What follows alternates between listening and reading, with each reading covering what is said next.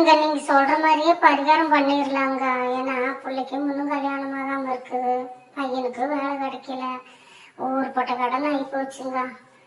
அதனால பரிகாரம் பண்ணிடலாங்க. கடனை உடனே வாங்கி அந்த பரிகாரத்தை பண்ணிடலாங்க. சரிங்களாங்க?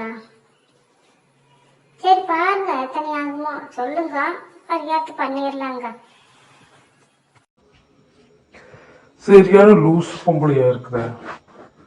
பரிகாரம் பண்ணி எல்லாத்தையும் சரி பண்ணிடலாம் அப்படின்னா இன்னைக்கு நம்ம நாட்டுல முதலமைச்சர் எத்தனை பேர் உட்கார்ந்து இருப்பாங்க?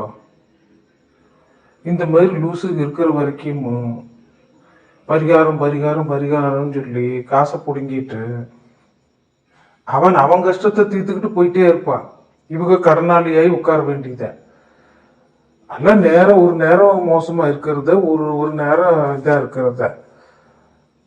அப்ப நேரம் சரியா வரும்போது போய் நீ பரிகாரத்தை பண்ணினேன்னா உடனே உனக்கு எல்லா நேரம் சரியாயிரும். உடனே நீ சொல்லுவ, ஐயோ அங்க போய் பரிகாரம் பண்ணுனேன், எல்லாமே எனக்கு சரியா போச்சு அப்படின்ட்டு. அப்ப மறுபடியும் கவலை வந்ததுன்னா, மறுபடியும் பிரச்சனை வந்தா, பரிகாரங்கிறது எதுவுமே நம்ம வாழ்க்கையில் இருக்கிற பிரச்சனைகளை தீர்க்கக்கூடியது இல்லை.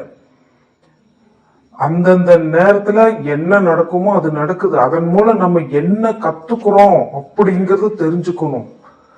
காசு பணம் விரயம் பண்ணுனா நீங்க காசு கஷ்டப்படுவீங்க. பாசம், அன்பு, பாசம் இது எல்லாம் நீங்க உதாசீனப்படுத்தி இருந்தீங்கன்னா அது கிடைக்காம கஷ்டப்படுவீங்க.